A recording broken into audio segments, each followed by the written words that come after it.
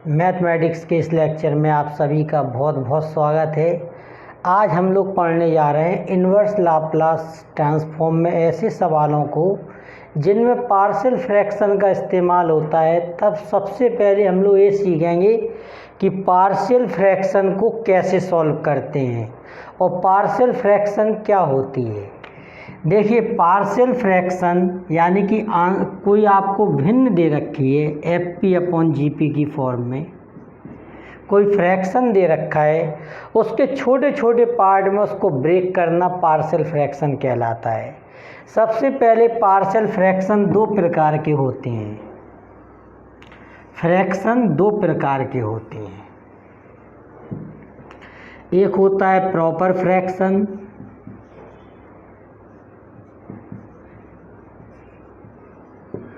एक होता है इम्प्रॉपर फ्रैक्शन।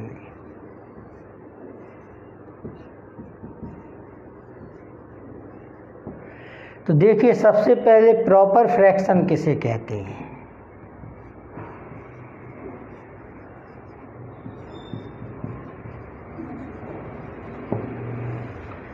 प्रॉपर फ्रैक्शन देखिए, FP/GP की फॉर्म में यदि आपको कोई फ्रैक्शन दे रखा है, GP की degree of GP greater than हो डिग्री ऑफ FP, तब ऐसा फ्रैक्शन प्रॉपर फ्रैक्शन कहलाता है। GP की डिग्री FP की डिग्री से अधिक होना चाहिए। अब ये डिग्री या घात को समझिए क्या होता है। जैसे कि कोई ऐसा लिखा हो फंक्शन P+1/P-1 और P+2, आपको ऐसा कोई फ्रैक्शन गिवन हो, तब देखिए ये प्रॉपर फ्रैक्शन है कि नहीं, कैसे पता करते वो देखिए। तब देखिए, इसको मान लीजिए FP, न्यूमरेटर को और डिनोमिनेटर को क्या मान लिए GP। देखिए, इधर P की सबसे बड़ी पावर कौन है, P खुद है, तो P की सबसे बड़ी पावर 1 है, तो डिग्री ऑफ FP कहलाएगी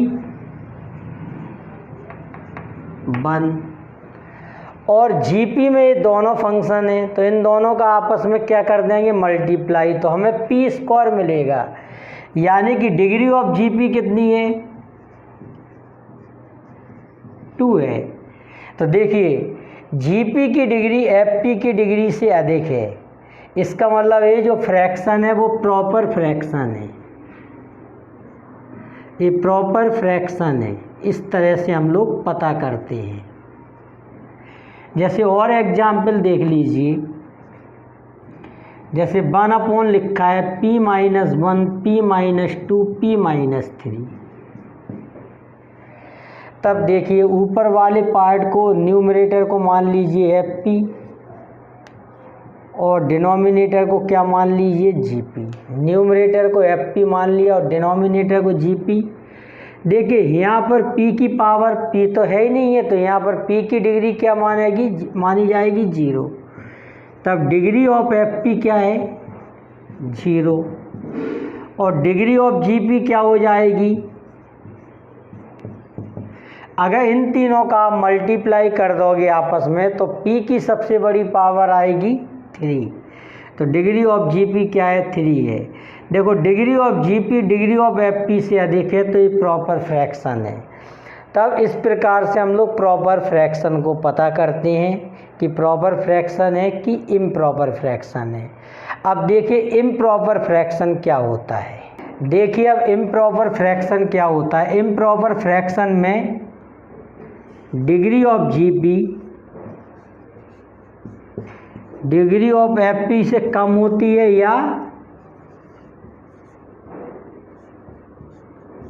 या बराबर होती है। तो अगर ऐसा लिखा है तो उसे कहते हैं इम्प्रॉपर फ्रैक्शन। जैसे कि एग्जाम्पल P+1/P-1। तब देखिए, यहाँ पर इसको मान लो FP और इसको मान लो GP। तब देखिए, यहाँ FP में FP क्या है P+1, तो यहाँ पर P की सबसे बड़ी पावर क्या है 1, तो डिग्री ऑफ FP क्या हो जाएगी 1। और देखिए जीपी है, जीपी इक्वल क्या है, p माइनस वन। तो p माइनस वन में p की सबसे बड़ी पावर क्या है, 1। तब डिग्री ऑफ जीपी बराबर क्या है, 1। ये दोनों एक समान है, इसलिए इसको कहेंगे इम्प्रॉपर फ्रैक्शन कहेंगे। और अगर ऐसा दे रखा है p माइनस वन और p प्लस वन, अपॉन में दे रखा है p माइनस टू और p प्लस टू, इसको आप fp मान लीजिए और इसको gp मान लीजिए। तब देखिए अगर इसका आप fp में अगर इन दोनों का आपस में मल्टीप्लाई कर दोगे तो p की सबसे बड़ी पावर क्या आएगी, p स्क्वायर यानी कि 2। तो डिग्री ऑफ fp क्या हो जाएगी यहाँ पर। और अगर इन दोनों का आपस में मल्टीप्लाई करोगे तो ये आएगा p स्क्वायर माइनस 4। तो डिग्री ऑफ जीपी कितनी हो जाएगी, 2। तो ये भी क्या है, आपस में बराबर है, इम्प्रॉपर फ्रैक्शन है ये, इम्प्रॉपर फ्रैक्शन है ये भी। जैसे ऐसा लिखा हो p minus one upon p plus two p minus 3, तब इसको हमने जैसे fp माना, इसको क्या माना, gp। तब यहाँ पर fp की डिग्री कितनी हो जाएगी, डिग्री ऑफ fp, p की सबसे बड़ी पावर क्या है, 1। और डिग्री ऑफ gp कितनी हो जाएगी, इन दोनों का मल्टीप्लाई होके 2। तो 2 1 से अधिक है तो ये प्रॉपर फ्रैक्शन है। अगर ये ऐसा लिखा होता, मान के चलो p माइनस वन का होल क्यूब, तब जब आप इसको ओपन करते तो ये पी क्यू भी आता, तो डिग्री ऑफ एफ पी कितना हो जाता, 3। तब ये इम्प्रॉपर फ्रैक्शन हो जाएगा। देखिए प्रॉपर फ्रैक्शन की हम लोग पार्शियल फ्रैक्शन ज्ञात करते हैं। और अगर इम्प्रॉपर फ्रैक्शन है तो पहले डिनोमिनेटर का न्यूमरेटर में डिवीजन करके हम उसको प्रॉपर फ्रैक्शन बनाते हैं, फिर उसकी हम लोग पार्शियल फ्रैक्शन ज्ञात करते हैं। तो इम्प्रॉपर फ्रैक्शन को सबसे पहले प्रॉपर फ्रैक्शन में कन्वर्ट कर देते हैं डिवीजन करके, फिर उसकी पार्शियल फ्रैक्शन ज्ञात करते हैं। अब मान के चलो अपने सामने प्रॉपर फ्रैक्शन है, तो उसको हम लोग कैसे पार्शियल फ्रैक्शन में कन्वर्ट करते हैं अब वो देखेंगे। जैसे ऐसे आपको दे रखा है F P upon P minus A P minus B दे रखा है, मान के चलो डिनोमिनेटर में 1 डिग्री टर्म है। अगर ऐसा दे रखा है आपको, जो फैक्टर है उनकी डिग्री कितनी है, 1, तब इसको ब्रेक करते हैं A upon P minus A और B upon P minus B. इसके बाद हम लोग कैलकुलेशन करके ए और बी के मान निकालते हैं।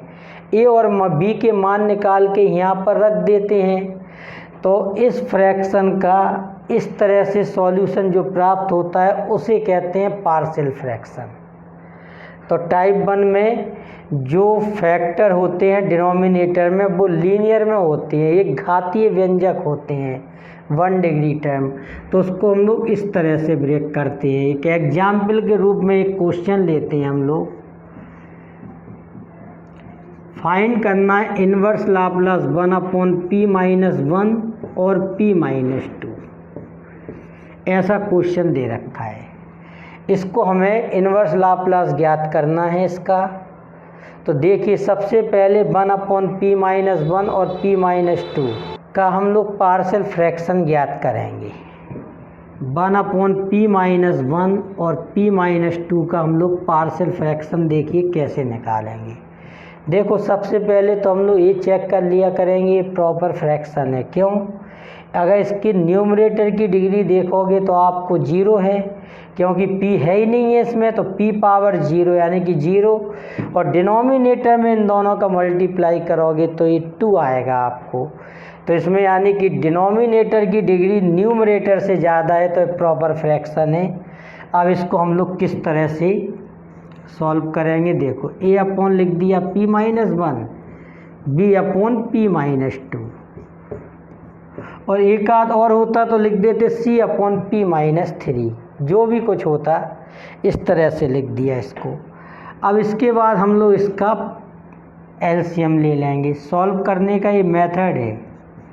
p minus 1 p minus 2 LCM ले लिया तो a p minus 2 plus b p minus 1 इस तरह से कर लिया इसको, और 1 upon p minus 1 p minus 2,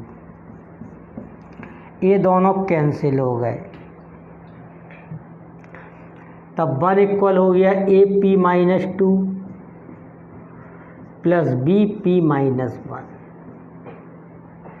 इस तरह से पहले इसको हम लोगों ने पार्शियल फ्रैक्शन में कन्वर्ट कर लिया, क्योंकि इन दोनों जो फैक्टर दे रखे हैं वो लीनियर है, इनकी पावर क्या है 1।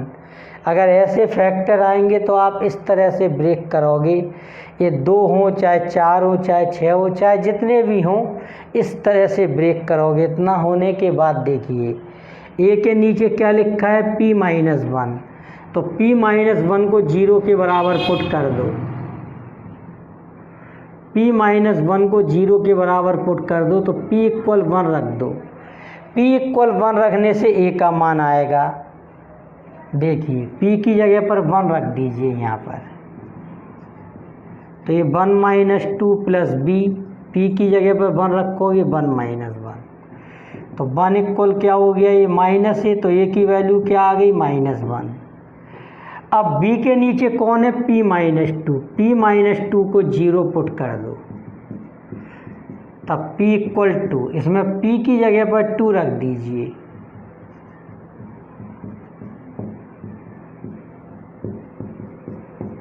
देखिए a वाला पार्ट 0 हो जाएगा, b की वैल्यू क्या हो गई 1, इसको पुट कर दीजिए, पुटिंग इन 1, तब 1 अपॉन p माइनस 1 और p माइनस 2 इक्वल आ गया, a की वैल्यू कितनी है -1 अपॉन p माइनस 1 और b की वैल्यू कितनी है 1 अपॉन p माइनस 2, इतना आ गया। इसके इस फ्रैक्शन के पार्शियल फ्रैक्शन हो गए। अब इसका इन्वर्स लाप्लास निकालेंगे।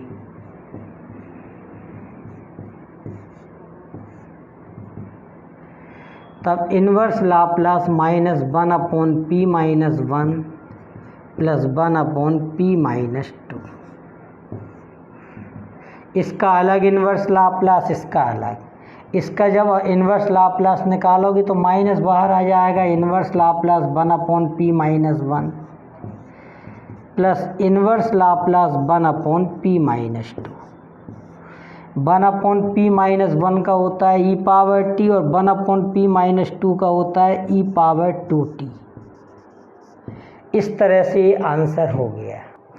देखिए अब कोई ऐसा क्वेश्चन है, मान के चलो आपके सामने, जिसमें 1 डिग्री टर्म का क्या हो रहा है, रिपीटिशन हो रहा हो, जैसे उसकी स्क्वायर हो, क्यूब हो, तब ऐसा क्वेश्चन आने पर हम लोग उसको पार्शियल फ्रैक्शन में कैसे तोड़ते हैं। देखिए p माइनस a का होल स्क्वायर है और ये प्रॉपर फ्रैक्शन है मान के चलिए, तो इसको लिखोगे a upon p minus a plus b upon p minus a का होल स्क्वायर, तो ये 2 बार लिखा जाएगा। p माइनस a का होल स्क्वायर है तो a upon p minus a plus b upon p minus a का होल स्क्वायर, इसके बाद लिख देंगे c upon p minus b। तब इस तरह से लिखते हैं। अगर ये होल क्यूब होता, मान के चलो कोई फंक्शन ऐसा होता p माइनस a का होल क्यूब और p माइनस b का होल स्क्वायर और p माइनस c, मान के चलिए अगर एक क्यूब लिखा हो इधर और अंदर ब्रैकेट के अंदर p की पावर 1 हो, तब आप इसको कैसे ब्रेक करेंगे, ध्यान से समझिए। इसको लिखोगे a upon p minus a plus b upon p minus a का square plus c upon p minus a का होल क्यूब। इसके बाद p माइनस b के होल स्क्वायर को लिखोगे d upon p minus b plus e upon p minus b का whole square plus, अब इसके बाद है p माइनस c, तो इसको लिख दोगे f upon p minus c। तब इस तरह से आप ब्रेक करोगे। यदि 1 डिग्री टर्म हो और उसकी पावर हो, 2 पावर हो, 3 पावर हो, तो वो 3 बार लिखा जाएगा। पहले 1 पावर, फिर 2 पावर, फिर 3 पावर। अगर p माइनस ए पावर 4 होता तो पहले 1 पावर, फिर 2, फिर 3, फिर 4, और इस तरह से हम लोग लिखते हैं। इस तरह से हम लोग इसको पार्शियल फ्रैक्शन में कन्वर्ट करते हैं। देखिए टाइप 2 पे आधारित ही सेकंड क्वेश्चन है अपने सामने। इसमें 1 डिग्री टर्म का क्या है, स्क्वायर है। पहले इसकी पार्शियल फ्रैक्शन फाइंड करेंगे, उसके बाद इसको फिर हम लोग इन्वर्स लाप्लास निकालेंगे। देखिए इसको कैसे सॉल्व करेंगे। पहले 1/p माइनस 1 का होल स्क्वायर और p माइनस 2, इसकी पार्शियल फ्रैक्शन निकालेंगे। देखो ये प्रॉपर फ्रैक्शन तो है ही, क्योंकि न्यूमरेटर की डिग्री कितनी है, 0, और डिनोमिनेटर की पावर क्या आएगी, 3। तो ये प्रॉपर फ्रैक्शन है। इसको इस तरह से लिखते हैं, a/p माइनस 1 स्क्वायर है तो 2 बार लिखते हैं, एक बार p माइनस 1 a अपॉन, फिर b/p माइनस 1 का square plus c/p minus 2। Equation number इसको 1 दे दिया।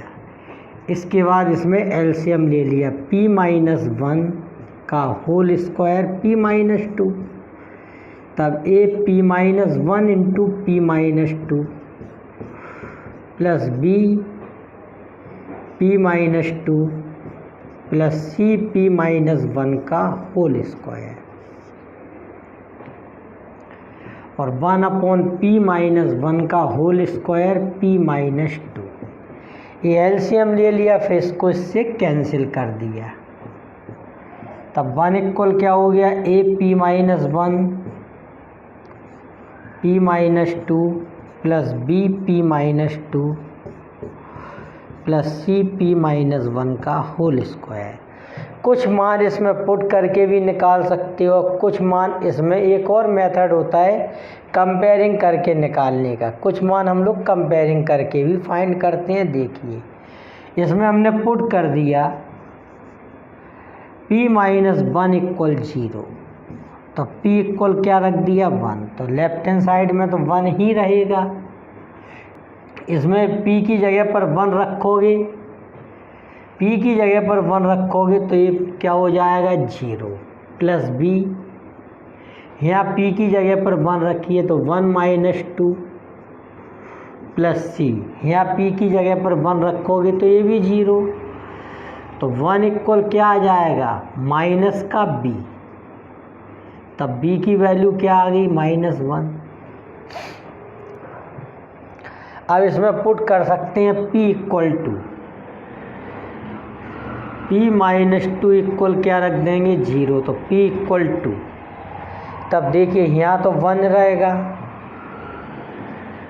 इक्वल a, जब यहाँ p इक्वल 2 रखोगे तो ये क्या हो जाएगा, 0, तो a इंटू 0 हो जाएगा ये, प्लस b, जब p इक्वल 2 रखोगे तो b इंटू 0 हो जाएगा ये, प्लस c, p इक्वल 2 रखने पर 2 माइनस 1 का स्क्वायर 1 स्क्वायर, तो 1 इक्वल क्या आ गया, c। तो इससे b और c के मान आ गए। अब a की वैल्यू फाइंड करना है, तो a की वैल्यू के लिए देखो क्या करेंगे। इसमें देखिए 1 इक्वल कितना है,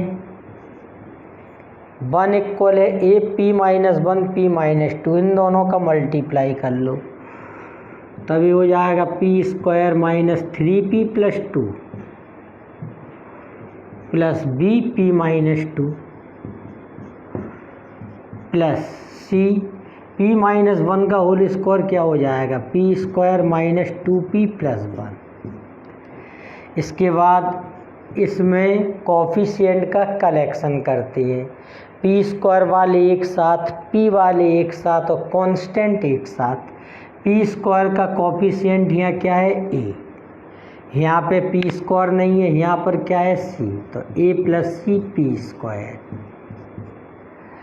अब p का कॉफिशिएंट या क्या आएगा, -3 इंटू ए, -3a, और यहाँ p का कॉफिशिएंट क्या आएगा, b, और यहाँ क्या आएगा, -2c। और कांस्टेंट क्या आएगा 2 इंटू ए 2a, और यहाँ पर आएगा -2b और यहाँ पर आएगा प्लस का c। अब इसकी कंपेयरिंग करवा देंगे ऑन कंपेयरिंग, तो ये भी एक तरीका है।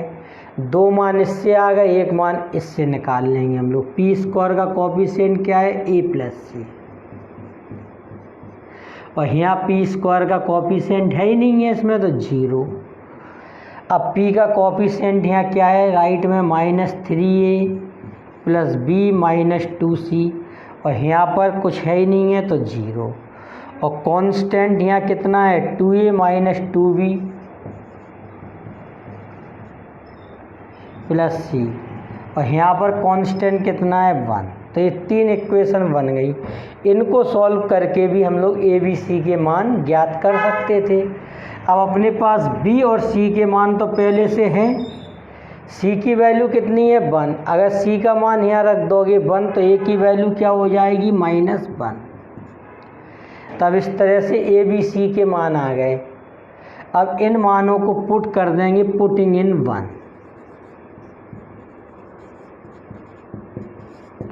देखो ये वैल्यू हम लोग इक्वेशन 1 में रख देंगे। अब तब देखिए कितना आ जाएगा 1/p - 1 का होल स्क्वायर और p - 2। a की वैल्यू कितनी है -1 अपॉन p - 1 प्लस b की वैल्यू कितनी है, b की वैल्यू है इसमें -1 अपॉन p - 1 का होल स्क्वायर, और c की वैल्यू कितनी है, c की वैल्यू है 1। तो ये सब वैल्यू फीड करने के बाद अब इसका इन्वर्स लाप्लास ट्रांसफॉर्म फाइंड कर लेंगे।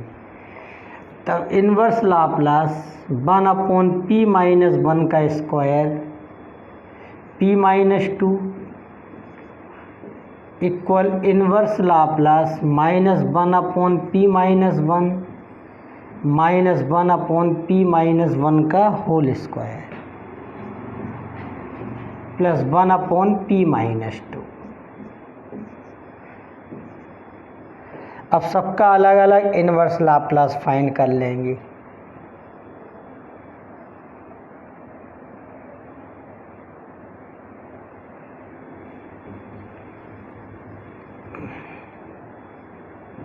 तब minus inverse Laplace 1/p - 1 minus inverse Laplace 1/p - 1 का whole square plus inverse Laplace 1/p - देखिए इन्वर्स लाप्लास 1/p - 1 का क्या हो जाएगा e⁻t, और 1/p - 1 का होल स्क्वायर है इन्वर्स लाप्लास। तब इसमें लगा देंगे फर्स्ट शिफ्टिंग प्रॉपर्टी, तो p - 1 किस में कन्वर्ट हो जाएगा p में, तो फर्स्ट शिफ्टिंग प्रॉपर्टी के लिए e⁻t का मल्टीप्लाई हो जाएगा, p - 1 p में कन्वर्ट हो जाएगा, और 1/p - 2 क्या हो गया e⁻2t। तब ये हो गया e⁻t माइनस e⁻t और 1/p स्क्वायर का t प्लस e⁻2t। ये आंसर हो गया। फर्स्ट शिफ्टिंग प्रॉपर्टी समझ लीजिए 1/p - 1 का होल स्क्वायर है। अगर इस p - 1 p में कन्वर्ट हो जाएगा, अगर इसमें e⁻t का मल्टीप्लाई कर देंगे, और 1/p स्क्वायर का क्या हो जाएगा t। तो इस तरह से ये सॉल्व हो गया। देखिए टाइप 3 में देखिए अब देखिए अगर आपको डिनोमिनेटर फ्रैक्शन का डिनोमिनेटर क्वाड्रेटिक फॉर्म में हो तो उसको किस तरह से ब्रेक करते हैं। मान के चलो इस फॉर्म में दे रखे हैं आपको ये AP² + b और CP² + d, और इनके फैक्टर नहीं हो रहे हैं। मान लो जो आपको क्वाड्रेटिक फॉर्म में दे रखे हैं उनके फैक्टर नहीं हो रहे हैं, तब इसको पार्शियल फ्रैक्शन में कैसे लिखते हैं। इसको लिखते हैं AP + b upon AP² + b plus CP + d upon CP² + d। इस फॉर्म में इसको लिखते हैं अगर क्वाड्रेटिक फॉर्म में हो। मान के चलो ऐसे भी दे रखे हो कि FP अपॉन लिखा हो P² + AP + b C P square plus D P plus C इस फॉर्म में दिया हो और इनके फैक्टर ना हो रहे हों, सॉल्व करने पर इनके फैक्टर गुणनखंड नहीं हो रहे हों, तो इसको लिखोगे इस फॉर्म में A P plus B upon P square plus A P plus B plus C P plus D upon C P square plus D P plus C. तब इसको इस फॉर्म में लिखोगे। जब इनके फैक्टर ना हो रहे हों तो इस फॉर्म में लिखते हैं पार्शियल फ्रैक्शन में। फिर ए बी सी डी के मान ज्ञात करके यहाँ पे रख देते हैं। इस तरह से इनके पार्शियल फ्रैक्शन आ जाते हैं। तो समझ गए। अब देखिए इस पे आधारित हम लोग क्वेश्चन को सॉल्व करेंगे। देखिए अब इस क्वेश्चन को हम लोगों को सॉल्व करना है कि inverse Laplace 1/p plus 1 P square plus 1 इसकी वैल्यू फाइंड करना है। देखिए ये इसमें क्वाड्रेटिक फॉर्म में और इसके फैक्टर नहीं हो रहा पी स्क्वायर प्लस 1 के, तो सबसे पहले इसको पार्शियल फ्रैक्शन में चेंज करेंगे। देखिए कैसे, p plus 1 P square plus 1। देखो ये क्या है भाई, लीनियर फॉर्म में है पहला भाग p प्लस 1, तो इसके ऊपर लिख देंगे a upon p plus 1 plus, देखिए क्वाड्रेटिक फॉर्म में तो इसके ऊपर क्या लिखते हैं बी पी प्लस सी अपॉन पी स्क्वायर प्लस 1, इस फॉर्म में लिख देंगे। अब इनके हम लोग इनको सॉल्व करेंगे तो पहले क्या ले लेंगे LCM, p plus 1 P square plus 1, तो a इंटू क्या हो गया P square plus 1 plus B P plus C into P plus 1। इस तरह से एलसीएम ले लिया तो 1 अपॉन पी प्लस 1 और पी स्क्वायर प्लस 1, इसको कैंसिल कर दिया तब 1 इक्वल। अब यहाँ पे मल्टीप्लाई कर देंगे तो A P square plus A plus इसमें भी मल्टीप्लाई कर देंगे B P square plus B P plus C P plus C. अब इसके बाद कलेक्शन कर लेंगे पी स्क्वायर एक साथ, A plus B P square plus B P plus C P यानी कि B plus C P plus A plus C, इस तरह से लिख दिया इसको। अब ऑन कंपेयरिंग जो कॉफिशिएंट है उनकी कंपेयरिंग करवा देंगे। देखो पी स्क्वायर का कॉफिशिएंट यहाँ क्या है ए प्लस बी, और पी स्क्वायर यहाँ पर है ही नहीं है, तो पी स्क्वायर के कॉफिशिएंट को क्या मानोगे लेफ्ट में 0, और पी का कॉफिशिएंट यहाँ क्या है बी प्लस सी, और पी का कॉफिशिएंट राइट में है ही नहीं है तो उसको क्या मानोगे 0, और कांस्टेंट क्या है ए प्लस सी, और यहाँ पर कांस्टेंट कितना है लेफ्ट में 1। तब ये 3 इक्वेशन आ गई। अब इन इक्वेशंस को सॉल्व करके हम लोग ए बी सी की वैल्यू फाइंड कर लेंगे। इक्वेशन नंबर 2, 3 एंड 4 फिर से समझ लीजिए। देखिए ये लीनियर फॉर्म में था, मतलब एक घातीय व्यंजक था, तो इसके ऊपर क्या लिख दिए a अपॉन पी प्लस 1। ए क्या है क्वाड्रेटिक फॉर्म में, तो इसके ऊपर क्या लिखो ए का इस्तेमाल हो गया तो b और c, बी पी प्लस सी अपॉन पी स्क्वायर प्लस 1, इस तरह लिखा। फिर एलसीएम ले लिया, p प्लस 1 से p plus 1 cancel, P square plus 1 का multiply, P square plus 1 cancel, p plus 1 का, ये दोनों इधर कैंसिल हो गए, और फिर ऊपर मल्टीप्लाई कर दिया। पी स्क्वायर का कलेक्शन, p का कलेक्शन और कांस्टेंट को कलेक्ट कर लिया। फिर कंपेयरिंग करवाई, यहाँ पी स्क्वायर का कोफिशिएंट कौन है ए प्लस बी, जबकि यहाँ पर पी स्क्वायर वाला टर्म ही नहीं है। या फिर आप ऐसा लिख सकते हो 0 P square plus 0 P plus 1, तो ए प्लस बी का कोफिशिएंट पी स्क्वायर यहाँ 0, तो ए प्लस बी इक्वल 0, पी का कोफिशिएंट बी प्लस सी जबकि यहाँ 0, तो बी प्लस सी इक्वल 0, और कांस्टेंट कितना है यहाँ ए प्लस सी, और यहाँ पर क्या है 1, तो ए प्लस सी इक्वल क्या हो गया 1। अब इन तीनों इक्वेशन को ऐड कर दे रहे, इक्वेशन 2, 3, 4 को ऐड कर दिया हमने। तब देखिए ए 2 बार है, बी 2 बार है, सी 2 बार है, तो क्या हो जाएगा 2a plus 2b plus 2c equal 1। तब ये हो जाएगा a plus B plus C equal 1/2। अब इस इक्वेशन से 2, 3, 4 को घटा देंगे। इक्वेशन 5 में से 2 को सब्ट्रैक्ट कर दो। a प्लस बी प्लस सी में से a प्लस बी को, तो c की वैल्यू आ जाएगी 1/2। और इक्वेशन 5 में से 3 को सब्ट्रैक्ट कर दो, तब a की वैल्यू आ जाएगी 1/2। इक्वेशन 5 में से 4 को सब्ट्रैक्ट कर दो,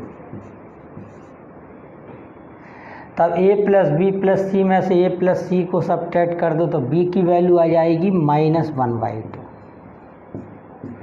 तब a b c की वैल्यू आ गई, इनको पुट कर दो, putting in 1।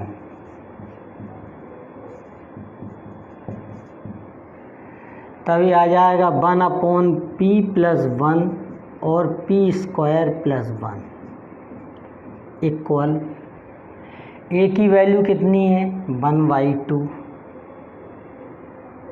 1/2p plus 1 plus b की वैल्यू कितनी है -1/2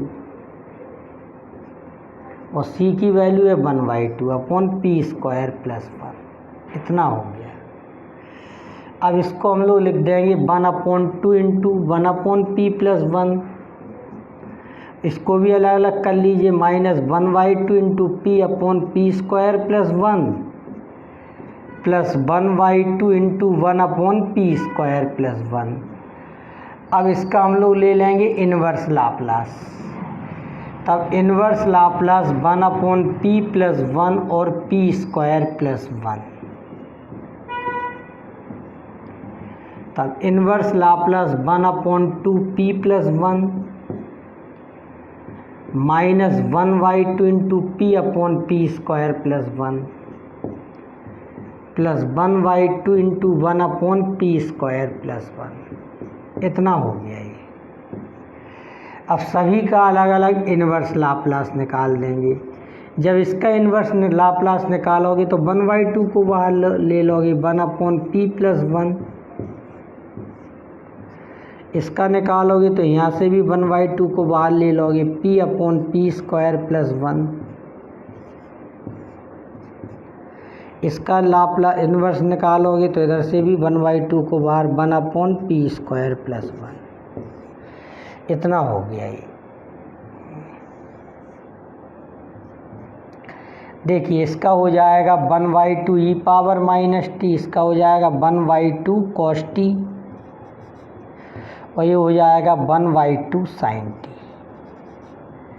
इस तरह से ये आंसर आ गया। ओके, आज इतने ही क्वेश्चन सॉल्व करते हैं। Thank you very much.